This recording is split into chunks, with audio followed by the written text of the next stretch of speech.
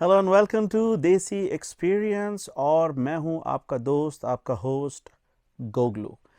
अच्छा, 4-5 दिन पहले मैंने इंस्टाग्राम पे एक स्टोरी डाली थी रिगार्डिंग के इलेक्ट्रिक बिल्स। तो जिस किस्म का उसके ऊपर रिएक्शन आया है, आप सब लोगों ने अपने अपने तासुरात डिस्कस किए हैं, एक्सप्रेस किए हैं। बहुत सारे लोगों ने अपने इलेक्ट्रिसिटी के बिल्स भेजे हैं, डिफरेंसेस जो 2022 से 2024 के थे, कि कितना जो है वो नाइंसाफ़ी हो रही है और कितना इंसान का जो है कराची आइट्स का खून चूसा जा रहा है। तो और मुझे बहुत सारे लोगों ने कहा कि यार गोगलू भाई इसके ऊपर एक डिटेल्ड वीडियो बनाना। अब यार मैं एक मेरी एक अपनी 9 to 5 जॉब है, फिर उसके बाद मेरा अमेज़ॉन है, ईबे है, फिर मेरा अपने हज़ार लफड़े अमेरिका के हैं। बिल्कुल टाइम आजकल नहीं मिल रहा। आप देख रहे हो वीडियोस बिल्कुल नहीं आ रही। गेम वाले चैनल पे तो बिल्कुल ही रुक गई है। हालांकि 4 वीडियोस ऑलरेडी एडिटिंग के लिए पड़ी हुई है, लेकिन टाइम ही नहीं है। मैं रीच आउट करता हूँ अपने एडिटर को दोबारा, किस मुंह से उसको बोलूँ। उस बेचारे को मैं बस कभी कभी ही इस्तेमाल करता हूँ, वरना तो मैं खुद करता हूँ एडिटिंग वीडियोज़ की। एनीवे, तो अभी रिसेंटली जो जिससे भी मैं बात करता हूँ, अपने घर पे बात करता हूँ, तो उन्होंने यही बोला कि यार जिस तरह का ये बिल भेज रहे हैं ना, वो ऐसा लग रहा है कि हम जितना भी कमा रहे हैं, जो भी हमारी सैलरी है, वो इस के इलेक्ट्रिक के लिए हम कमा रहे हैं। अच्छा, मुझे बहुत सारे लोगों ने बिल भेजे हैं, लेकिन मैं ज़रा अपना बिल आपको दिखाता हूँ स्क्रीन के ऊपर। तो ये बिल हैं, ये मेरे अपने घर के, मेरी अम्मी के घर के, ठीक है ना। तो ये इन दो की बात करते हैं हम, सही है। तो ये भाई है मई 2022 का बिल, ठीक है। मैं स्क्रीन पे लगा देता हूँ आपको। मई 2022 का बिल है गालिबन। और इसके अंदर हमारे यूनिट थे 347, यानी कि 347 यूनिट्स, ठीक है। और बिल आया था 4,284 रुपये का। तो उसके अंदर पर यूनिट की जो 300 यूनिट की जो पर यूनिट प्राइस था, वो था 13 रुपये 76 पैसे, ठीक है। और जो 47 यूनिट, जो 300 यूनिट से ऊपर गया था, उसके थे 22 रुपये 88 पैसे, ठीक है। लेकिन अगर ये 300 यूनिट से भी ऊपर है तो वो भी ठीक है, लेकिन on top of that, cherry on top, इसमें है prime minister relief, which is 5 rupees per unit का उन्होंने रिलीफ दिया हुआ था। तो 347 unit multiply by 5, which is 1735, यानी कि 1735 का रिलीफ है उसके अंदर। तो जो बिल टोटल भरना है वो था 4283 रुपये 91 पैसे का, ठीक है। पीएम रिलीफ एक गरीब मुल्क के अंदर ये भी जो है नहीं होना चाहिए था कि पीएम रिलीफ है, चलो दे रहे हैं, बहुत अच्छी बात है। लेकिन ये है कि अगर फॉर एग्जांपल मैंने अगर क्रेडिट कार्ड एक खुलवाया है और ज़ीरो एपीआर वाला, मैं आपको एक मिसाल दे रहा हूँ कि ज़ीरो एपीआर वाला क्रेडिट कार्ड मैंने खुलवाया है और 12 महीने का है। अगर मैंने उस पर 12,000 रुपये का उस पर शॉपिंग कर ली है, ठीक है, तो जनवरी से लेकर दिसंबर तक उस पर एक भी रुपया सूद नहीं लगेगा। तो मैं उसके, मुझे जो अकॉर्डिंग टू द जो रियल टाइमलाइन है, उसके हिसाब से मुझे हर हर महीने उसमें $1,000 भरना है, ठीक है। बैंक नहीं मांग रहा मुझे कि $1,000 भरना है। Bank will ask me to pay 135 or 140, which is the minimum, like bare minimum. तो अगर मैं वो बेयर मिनिमम भरता रहूंगा, तो फरवरी के अंदर फिर मुझे 2,000 भरने पड़ेंगे, यानी कि 1,900 कुछ भरने पड़ेंगे। तो वो जो है ना, वो प्रेशर माउंट अप होता जाता है। तो जब ऐसा गरीब मुल्क होता है, उस पर इस तरह की सब्सिडी दी जाती है, चाहे वो बिजली पे हो, चाहे वो गैस पे हो, चाहे वो पेट्रोल पे हो, वो आगे जाके एक बड़ा धमाका होता है। तो इमरान खान साहब ने ये किया। It was a good gesture, या पब्लिक का हार्ट जो है वो जीतना था। लेकिन इन दी एंड वो फिर एकदम से फटता है। तो इवन अगर ये नहीं भी करते तो वो था, लेकिन he did that anyway, which is okay. तो 4200 का ये बिल आया, ठीक है। अब सेम चीज 2024 का बिल है मेरे हाथ में, मई के महीने का। तो इसके अंदर आया है 309 यूनिट हमारे इस्तेमाल हुए हैं हमारे घर में, मेरी अम्मी वाले घर में, और बिल आया है 16,238 रुपए।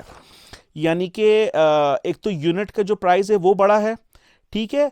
फिर उसके बाद जो सबसे खतरनाक चीज जो इस दफा हुई है, और फिर अभी जो बजट आया है उस पर भी मैं आऊंगा, कि पहले क्या था कि 300 यूनिट का कैप था।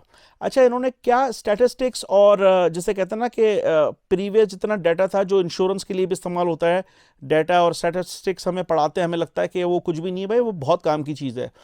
तो वो उसने उन्होंने देखा कि यार एवरेज घर जो है वो 200, 210, 215 ये यूनिट इनके लगते हैं। तो व्हाई नॉट हम जो कैप कर रहे थे प्राइसिंग का, लोअर प्राइस वाला, वो 300 से हटा के 200 कर देते हैं।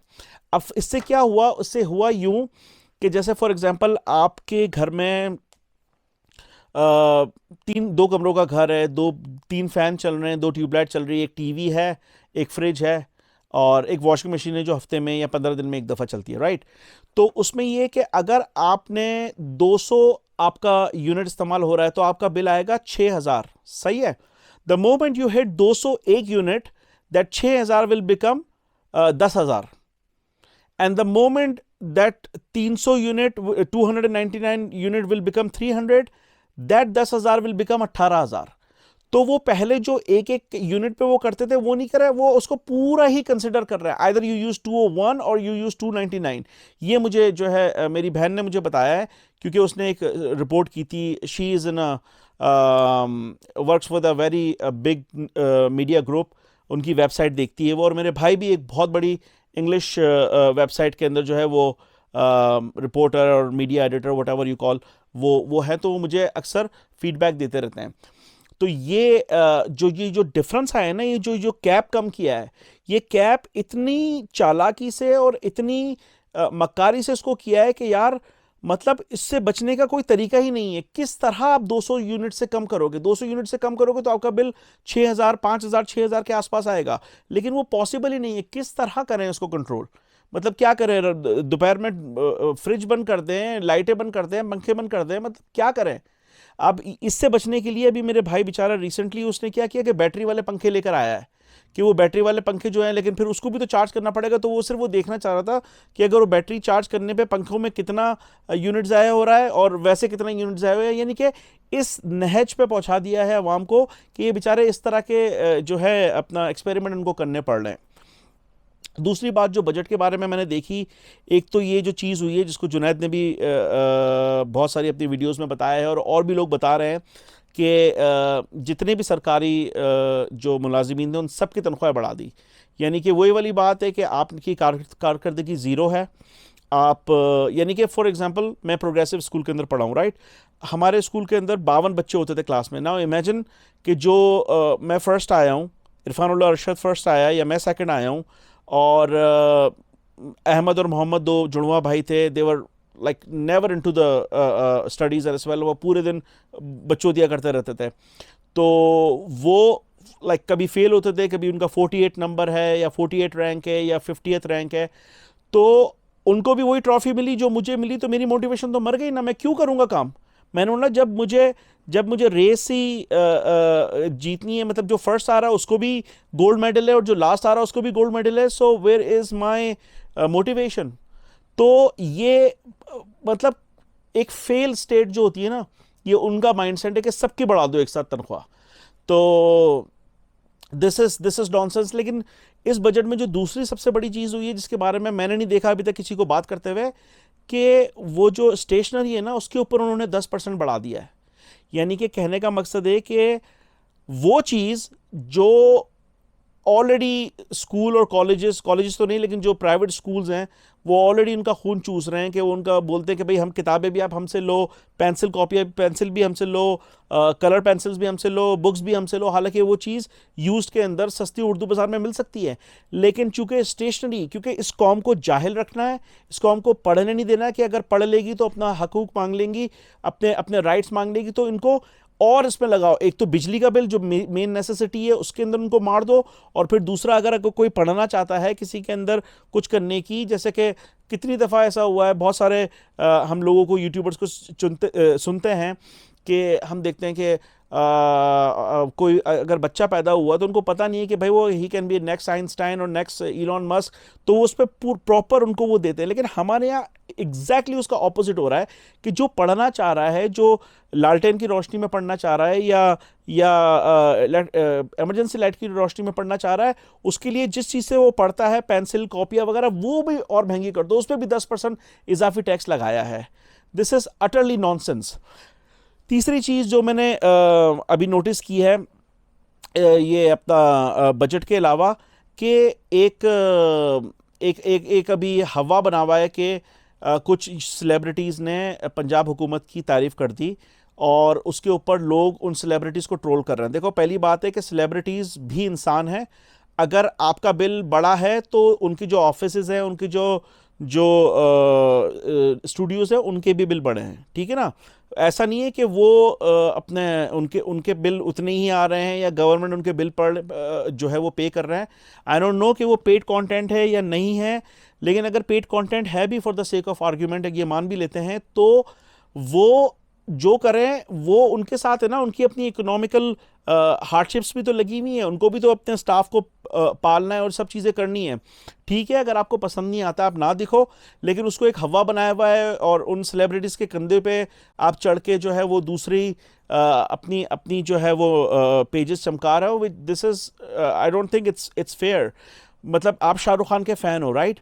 तो आपको किसी ने गन पॉइंट पे थोड़ी बोला कि आप माया मीम साहब देखो, आप नहीं देखो। आप जवान देखो, आप दिल से देखो, आप क्या कहते हैं, कल हो ना हो देखो, देवदास देखो, परदेश देखो। आपको कौन बोल रहा है आप माया मीम साहब देखो? आपने वो स्किप किए ना। आपको अगर किसी किसी यूट्यूबर की या किसी सेलिब्रिटी की कोई वीडियो समझ में नहीं आती है तो आप उससे वो कर दो। और जिस तरह के उसको उसको आप सब मिलके ट्रोल कर रहे हो, I don't think it's a right way to do it. हाँ, उसको ट्रोल करो, उसकी अगर आपने ट्रोल करना है तो अगर उसके कॉल ऑफ फेल के अंदर तजाद नज़र आता है तो वो करो। एक तरफ आप लोग बोलते हो कि ये फलाना यूट्यूबर जो है वो हर वक्त पाकिस्तान की बुराई करता रहता है, जब वो कभी कभी अच्छी साइड दिखाने की कोशिश करता है तो उस पर आप उसको ट्रोल करते हो।